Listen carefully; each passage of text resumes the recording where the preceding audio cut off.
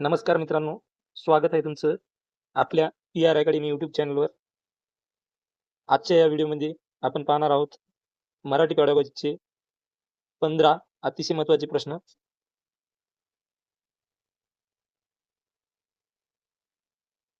प्रत्येक प्रश्नासाठी तुम्हाला काही सेकंदाचा टायमर दिला जाईल, म्हणून आधी स्वतः विचार करून मगच आन्सर चेक करा.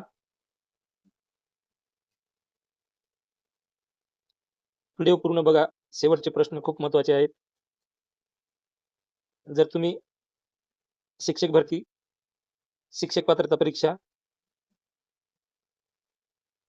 तयारी करत असाल तर आपल्या पी-आर अकॅडमी यूट्यूब चॅनलला सबस्क्राईब करा आणि बेल आयकन नक्की दाबा.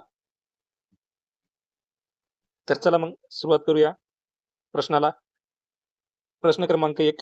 व्याकरण शिकण्यासाठी पुढीलपैकी कोणती बाब परिणामकारक ठरेल? तर या प्रश्नाचं उत्तर आहे पर्याय क्रमांक 4. पर्याय क्रमांक 4. संदर्भ देऊन व्याकरणाच्या नियमाचा उलगडा करून दाखवणे.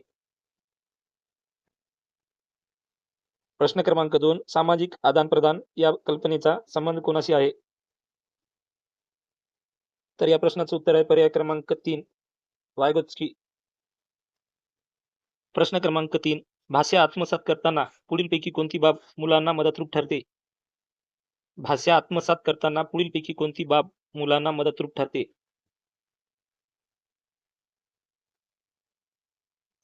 तर या प्रश्नाचं योग्य उत्तर आहे 2. परस्परांशी संभाषण करणाऱ्या घरातील मोठ्या माणसाचे सानिध्य. प्रश्न क्रमांक 4. पुढीलपैकी कोणत्या परिस्थितीत मुलं नैसर्गिकरित्या भाषा आत्मसात करतात? तर या प्रश्नाचं उत्तर आहे पर्याय क्रमांक 2. सभोवतालच्या पर्यावरणात एकापेक्षा अधिक भाषा असणे.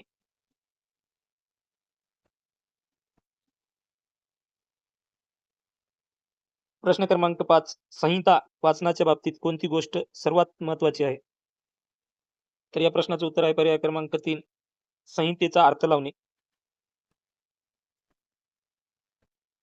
प्रश्न क्रमांक 6. पुढीलपैकी कोणते भाषा शिक्षणाचे उद्दिष्ट नाही? पुढीलपैकी कोणते भाषा शिक्षणाचे उद्दिष्ट नाही? तर या प्रश्नाचं उत्तर आहे पर्याय क्रमांक 2. प्रयत्नपूर्वक विचार मांडणे. प्रश्न क्रमांक 7. ध्वनिशास्त्रीय जागरूकतेचा संबंध कोणाशी आहे?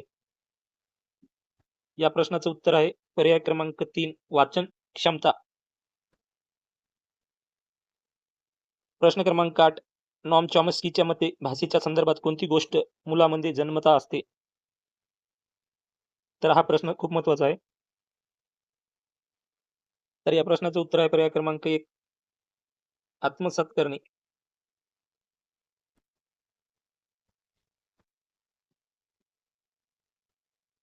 प्रश्न क्रमांक 9. भाषिक कौशल्य कशा प्रकारे शिकवले गेले पाहिजे? तर या प्रश्नाचं उत्तर आहे पर्याय क्रमांक 4. समग्रपणे शिकवून.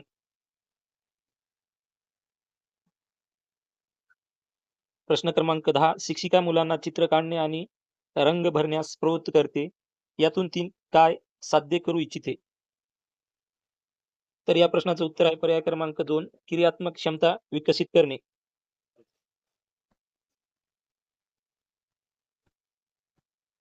प्रश्न क्रमांक 11. मौखिक भाषा क्षमता विकसित करण्यासाठी पुढीलपैकी कोणता सराव सर्वात मदतरूप ठरतो?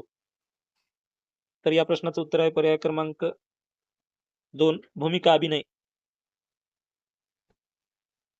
प्रश्न क्रमांक 12. इयत्ता 3रीची शिक्षिका मुलांना पाठातील इथं कपेच्या नाही, इथे कथेच्या आहे. घटनाची योग्य क्रमाने मांडणी करण्यास सांगते. असे केल्यामुळे कोणती बाब सुधारते? तर या प्रश्नाचं उत्तर आहे पर्याय क्रमांक 1. वाचन आकलन. तर पहा प्रश्न.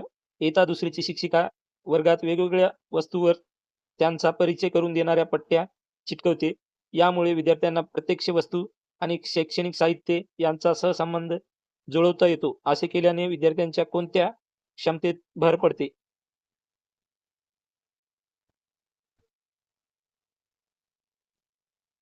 तर या प्रश्नाचं उत्तर आहे पर्याय क्रमांक 3. शब्दसंग्रह. एक पर्याय दिसत नाही, खाली आहे. प्रश्न क्रमांक 14, मुलाच्या भाषिक क्षमतेचे मूल्यमापन करण्यासाठी पुढीलपैकी कोणती पद्धती कमी महत्त्वाची आहे? तर या प्रश्नाचं उत्तर आहे पर्याय क्रमांक 4, लेखन सराव. प्रश्न क्रमांक 15, हा प्रश्न खूप महत्त्वाचा आहे आणि हा प्रश्न शेवटचा आहे.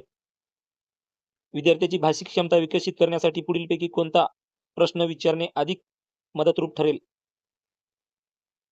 या प्रश्नाचं उत्तर आहे पर्याय क्रमांक 3, आपला आईसोबतचा एखादा संवाद लिहा. तर अशा प्रकारे 15 प्रश्न घेतले आहे. तर चला मग आपण इथेच थांबूया. धन्यवाद.